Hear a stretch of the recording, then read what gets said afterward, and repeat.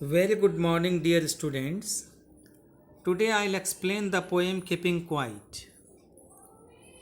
First of all, let me say something about this poem.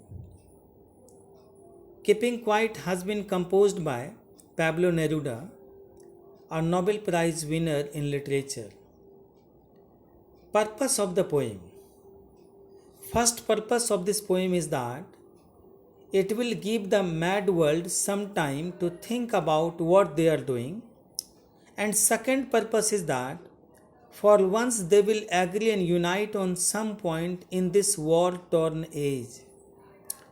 Now, let me say about the idea.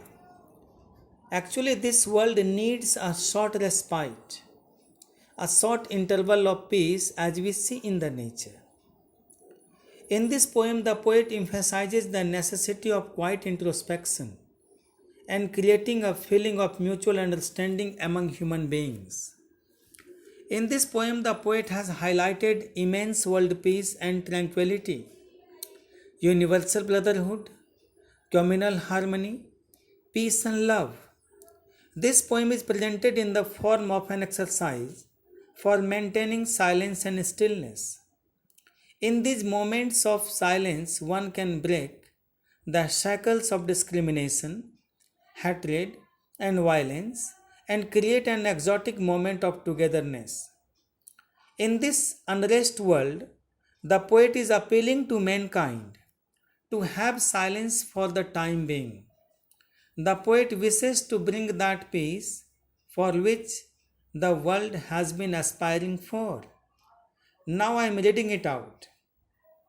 Now we will count to 12 and we will all keep still. The poet is saying here, or the poet urges the reader to count up to 12 and maintain absolute silence, complete silence. He urges to begin the session of introspection through this expression. 12 here stands for the hours in a clock or the months in a year.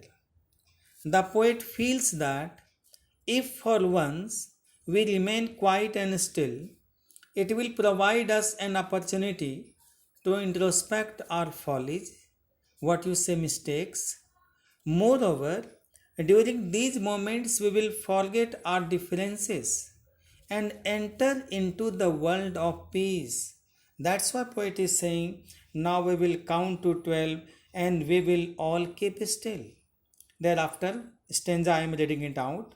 For once on the face of the earth, let's not speak in any language.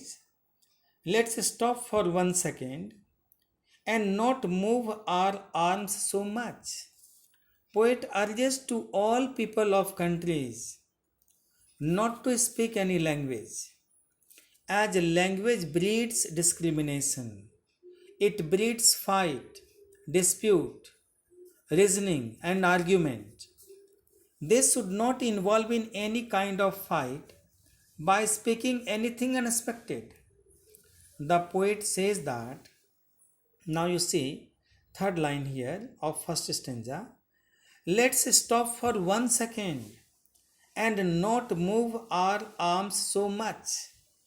The poet says that God has given us hands to do something good for the sake of humanity. We should not kill living beings. We should not kill animals. And we should not destroy anything.